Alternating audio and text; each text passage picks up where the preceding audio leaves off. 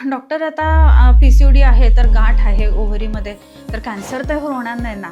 तर असं एक खूप वेळेला विचारलं जातं आणि मग ते खूप टेन्शन घेऊन पेशंट्स आलेले असतात.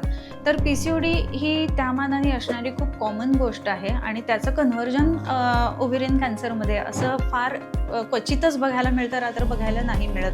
परंतु ओव्हरीमध्ये अजून वेगवेगळ्या पद्धतीचे असे सिस्ट किंवा पाण्याचे फुगे बनत असतात. सिंपल ओव्हेरियन सिस्ट म्हणून असतो, की ज्याच्यामध्ये मोठं असतं, जसं की 6-7 सेंटीमीटरचं पण ते सिस्ट बनतं. काही पेशंटमध्ये ह्याच्यातच सेप्टेड सिस्ट असतात, ते थोडेसे सस्पिशियस असतात. त्याच्याच बरोबरीनं काही पेशंट्समध्ये हे जे सिस्ट असतात ना, हे PCOD नाही आहे, पण त्याच्यामध्ये हिमरेजिक सिस्ट असं म्हणतात किंवा चॉकोलेट सिस्ट असा रिपोर्ट येतो.